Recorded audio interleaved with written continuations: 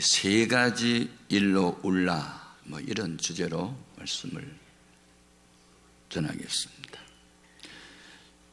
전 세계인들이 주목하고 전 세계인들 앞에서 TV 중계를 하면서 결혼했던 사람이 있습니다. 영국의 다이애나 황태자비 결혼이었죠. 이 다이애나가 죽었을 때도 장례를 국장으로 치러가지고 거의 한 달 동안 그분에 대한 이야기들을 하게 했습니다. 신부는 신데렐라 같이 상승되었지만 남편의 사랑을 받지 못하고 괴로운 나날을 보냈던 이 다이애나, 그러면서도 각각의 사회 봉사를 했던 그 모습, 교통사고로 끔찍하게 세상을 떠났던 그 광경, 장례식 때 영국인들이 울고 있는 모습 등이 거의 한 달 동안 지속됐습니다. 그런데 그 일이 끝나고 난 이후에 흥미로운 발표가 하나 있었습니다. 한 달 동안 사람들이 많이 울더니 우울증 환자가 많이 고쳐졌다는 겁니다. 울면 고쳐집니다.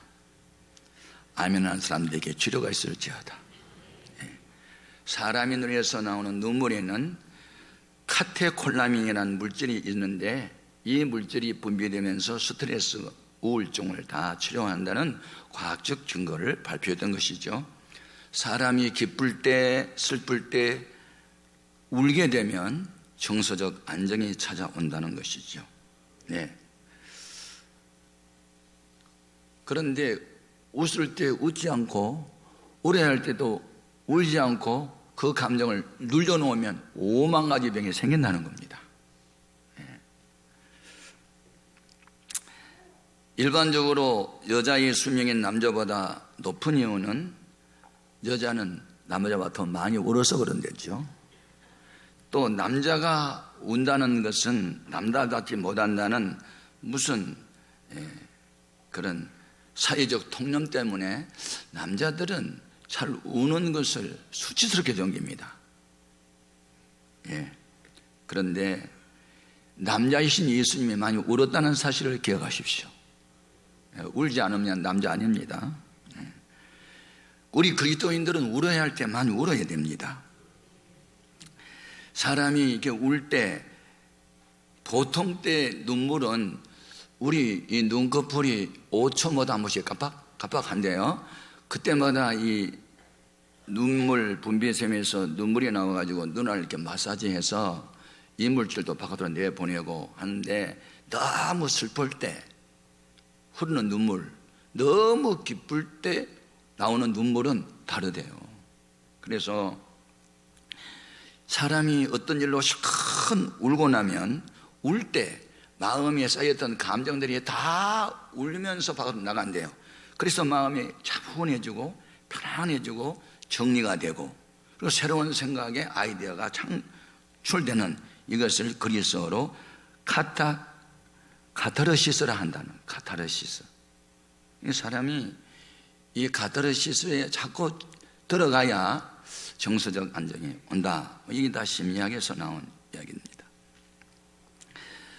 성경에는 우는 자가 복이 있나니 하나님이 저를 위로해 줄 것이다 그랬는데, 우리는 무슨 일로 그렇게 울어야 됩니까? 어떤 사람은 울지 않아도 될 일인데 울어요. 그것도 병이에요. 꼭 울어야 할 때는 또 안 울어요. 그것도 심각한 문제예요. 그럼 우리 그리스도인은 언제 울어야 되냔 말이에요. 무슨 일로? 적어도 3가지 일로는 우리가 통곡을 하고 울어야 되는데, 첫 번째는 사랑하는 자의 영혼 구원을 위해서는 우리가 울어야 되는 거예요. 영혼 구원을 위해서 울어야 된단 말이에요. 애가 태어날 때 응애 그리고 울고 태어나. 새 생명도 울면서 태어나는 거예요. 우리 예수님이 갈릴리 지방에서 주로 사역을 하시다가 명절 때만 되면 예루살렘에 올라가셨어요. 그때면 거의 누군가의 집에 가서 식사를 했는데, 그게 바로 예루살렘에서 3km 지점에 있던 베다니 촌의 나사로 집이었어요. 나사로는 부모님이 세상을 일찍 떠났어요. 2 누나, 마르다, 마리아 3남매가 외롭게 사는데 예수님께서 그들을 사랑하셨어요. 그 집 와서 식사하셨어요. 성경 공부를 많이, 성경을 많이 가르쳐 주었어요. 그런데 주님으로부터 사랑받던 나사로가 어느 날 병들어 죽게 돼요. 주님께서 곧바로 달려가지 않고 죽은 뒤에 오셨어요. 나사로의 죽음으로 인하여 그 누나들이 슬퍼서 울어요. 마르다도 울고 마리아도 울고 동네 사람들도 울어요. 그때 예수님도 우셨어요. 자, 요한복음 11장 35절 다시요. 예수께서 눈물을 흘리시더라. 이에 유대인들이 말하되 보라 그를 얼마나 사랑하셨는가 하며 그중 어떤 이는 말하되 맹인의 눈을 뜨게 한 이 사람이 그 사람은 죽지 않게 할 수 없었더냐 하더라. 이에 예수께서 다시 속으로 비통히 여기시며, 슬퍼했다는 비자, 통렬하게 느꼈다는 통자, 주님도 우셨어요. 그래서 사랑이 무엇이냐고 물어본다면 눈물의 씨앗이라고 그때 나온 말이에요. 그 말이. 우리 예수님은 사랑한다고 말을 하지 않았어요. 눈물로 보여주었어요. 그리고 사랑을 눈물로만 보인 게 아니에요. 죽은 자를 살려주셨어요. 사랑하면 능력이 나타나는 거예요. 사랑하면 울게 되어 있어요. 눈물이 있는 것에 기적이 있는 거예요. 우리 예수님은 사랑하는 자를 잃어버리고 울고 있는 그 가족과 동네 사람들을 바라보고 비통히 여기시고 함께 우시더니 나사로야 나오라 하고 죽은 지 나흘이 됐던 시체를 향해서 명령을 내리니 죽은 나사로가 살아났고 그 사건으로 인하여 예수가 안 됐던 유대인들이 예수를 믿는 기적이 나타난 겁니다. 요한복음 12장 11절로 확인해 봅니다.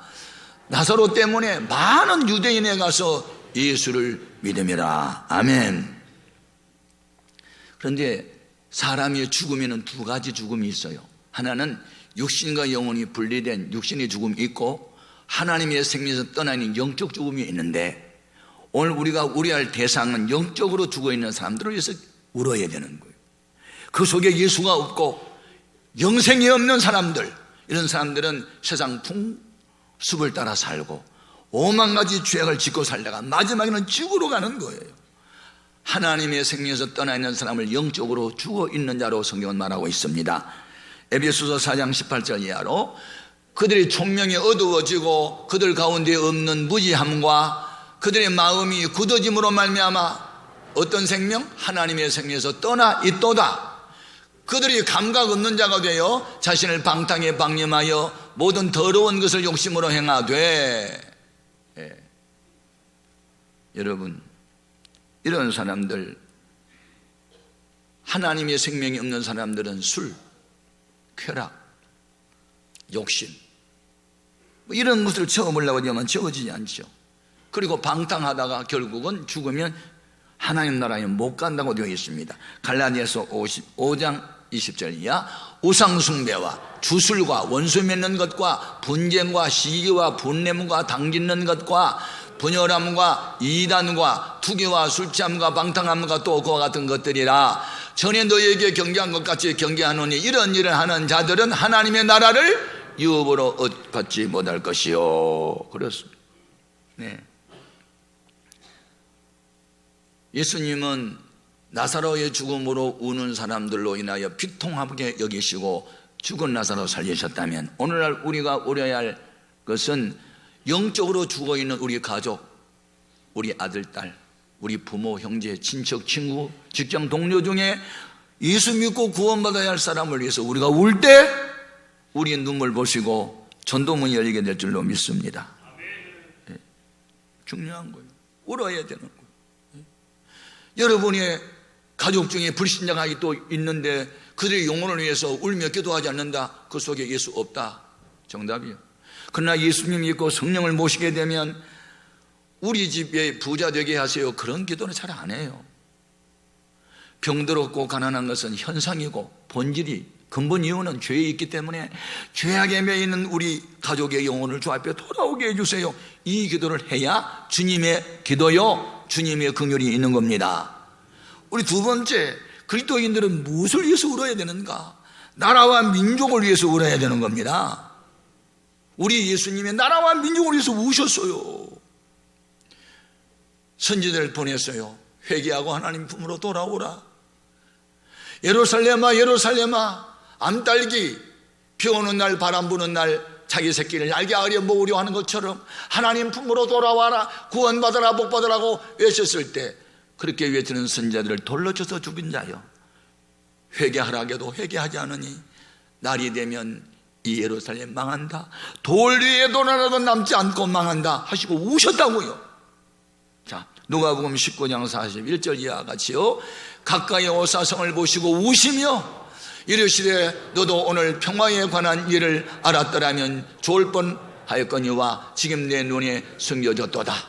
날이 이를지나 네 원수들이 토둔을 쌓고 너를 둘러 사면으로 가두고 또 너와 및 그 가운데 있는 네 자식들을 땅에 메어 치며 돌 하나도 돌 위에 남기지 아니하리니 이는 내가 보살핌 받는 나를 알지 못함을 인함이니라 하시니라. 예언을 하셨는데 그 예언을 하고 몇 년 지난 뒤에 주 70년에 예언이 성취됐으니 로마의 장군 티투스가 끌고 오는 군대에 의해서 46년 동안 공들여 세워놨던 성전은 불에 탔고 사방 1km 성벽을 쌓아놓은 것은 돌 위에도 하나 남지 않고 다 무너뜨려 버리고 한 통 모퉁이만 남겨놨으니 그것이 오늘날 통곡의 벽이 된 겁니다. 그러면 나라와 민족을 위해서 울었던 주님의 눈물은 헛됐을까요? 그렇지 않습니다. 때가 되면 죽은 줄 알았던 무화과 나무가 다시 살아나 우물 돋을 날이 올 것이니 그때가 되면 세상 종말이 가까이 온 것을 너희가 알라 하셨는데, 전 세계로 흩어져 버린 유태인들이 1948년 5월 24일 날 드디어 이스라엘 나라는 건국이 되면서 죽은 줄 알았던 무화과 나무가 다시 살아나는 것을 보여주었습니다. 주님의 눈물은 2000년이라는 세월이 흐른 뒤에 성취됐던 것이죠.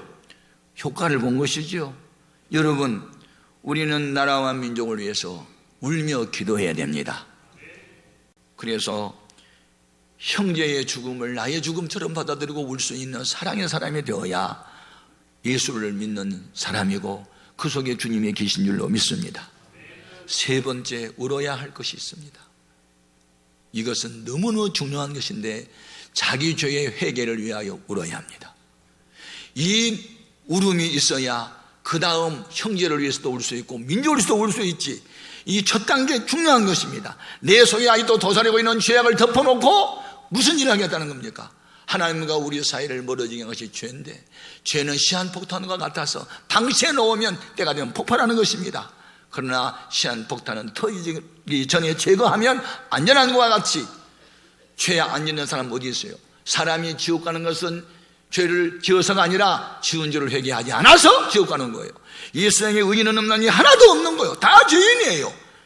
그래서 주님께서 40일 금식을 마치시고 첫 번째 긴주어 외쳤던 복음의 핵심이 뭐냐? 때가 됐고, 그러니 회개하고 복음을 믿으라는 겁니다. 회개를 하고 예수를 믿으라는 겁니다. 마가복음 1장 15절입니다. 같이요. 이르시되 때가 찼고 하나님의 나라가 가까이 왔으니 회개하고 복음을 믿으라 하시더라. 아멘. 회개하고 기도해야 응답받고, 회개해야 기도해야 병고침 받고, 회개하고 기도를 해야 문이 열리고, 회개 없는 천국 없고 회개 없는 축복 없고 회개 없는 치료도 없어요.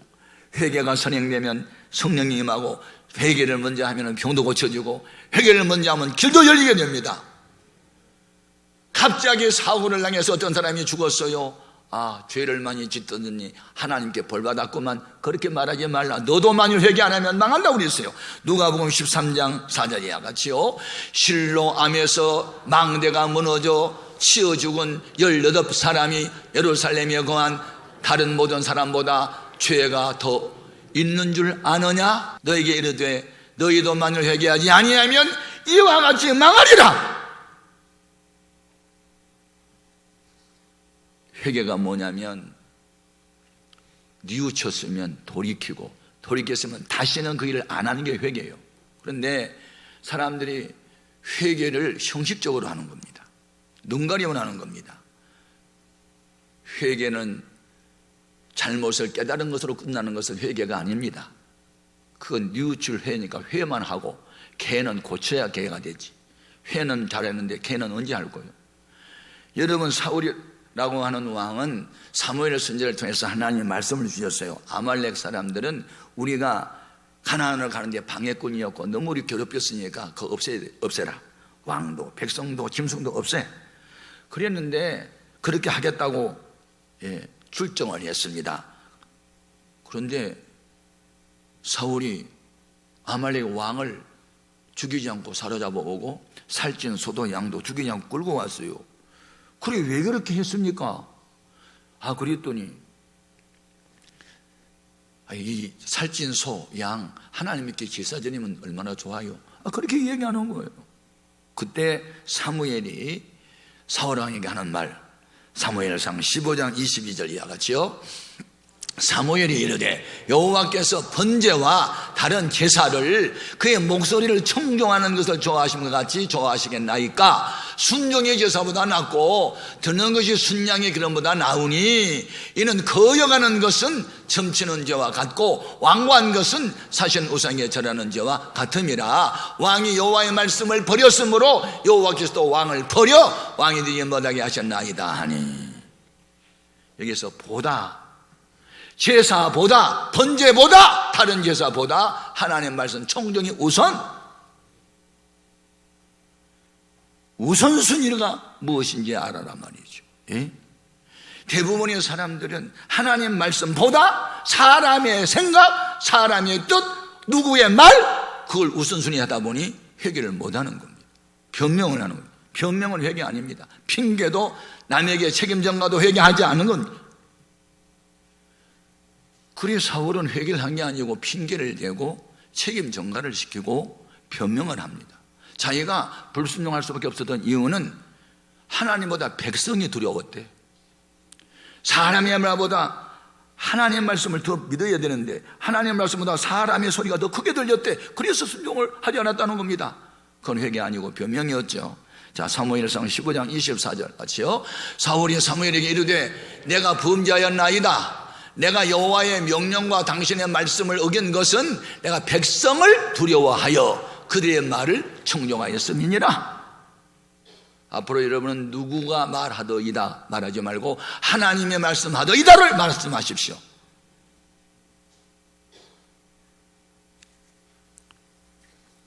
우리 인류의 시조 아담과 하와도 하나님 먹지 말라는 선악과 다 먹었어요. 왜 먹었느냐? 아이고 내가 믿음이 부족해서 그랬어요. 잘못했어요. 그러면 끝날 것을 당신이 내게 지어준 그 여자가 먹으라 하여 먹었나이다. 여자에게 책임 전가시키고 핑계하고 변명합니다. 하와 너는 왜 먹었는데? 그 뱀이 먹으라 해서 먹었어요. 뱀에게 책임 전가시키고 핑계하고 그렇습니다. 회개한 것이 아닙니다. 여러분 무슨 일이 있을 때 난 누구 때문에 힘들다고 말하지 말고 내가 믿음 없어 내가 문제라고 깨닫고 회개해야 문제가 풀립니다. 다윗은 사울왕보다 더 무거운 죄를 범했어요. 남의 아내 끌어다 동침하고 탄론할까 두려워 그 자기 신복이었던 우리야 장군을 전선에 보내서 죽게 하고 나쁜 사람이었어요. 나전 선제가 와가지고 왕이 이럴 수 있어요 하고 잘못을 지적했을 때 변명하지 않았어요. 핑계하지 않았어요. 책임 전가하지 않았어요. 그는 가슴을 찌고 얘기했어요. 울었어요.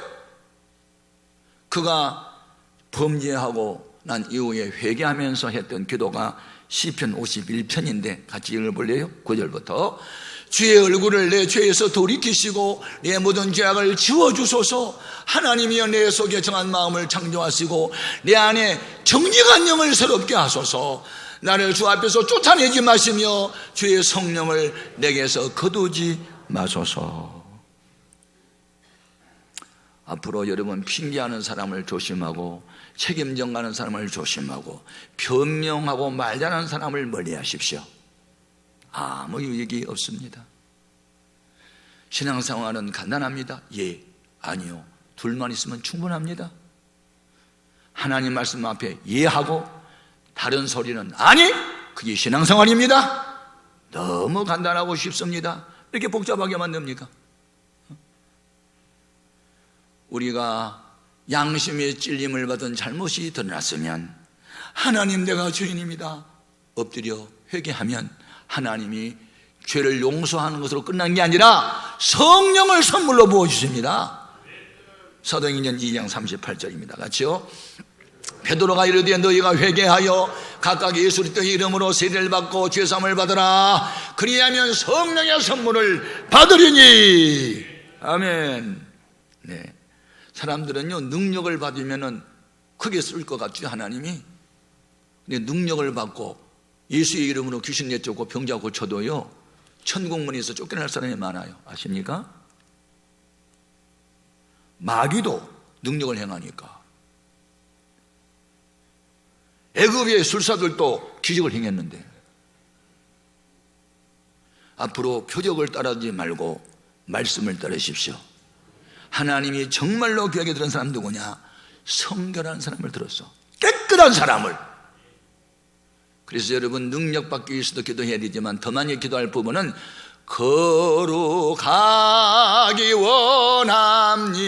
원합니다. 양심에 꺼리끼는 죄를 회개하고, 이성 앞에 깨끗하고, 돈 앞에 깨끗하고, 명예 앞에 깨끗하고, 경성이 낮아져서 성결을 추구하십시오. 하나님이 귀하게 들었을 줄로 믿습니다. 우리의 평생 소원은 주의 일 하는 것이지만 본질적으로 충실할 부분은 주님 앞에 더 가까이 가는 겁니다. 빛을 가까이 하면 할수록 어두움은 사라집니다. 우리는 주님을 더 가까이 해야 됩니다. 회개할수록 주님과 가까워지고 죄를 범할수록 주님과 멀어진다는 거 아십니까? 본문 8절을 보십시다. 같이요. 하나님을 가까이 하라. 그리하면 너희를 가까이 하시리라.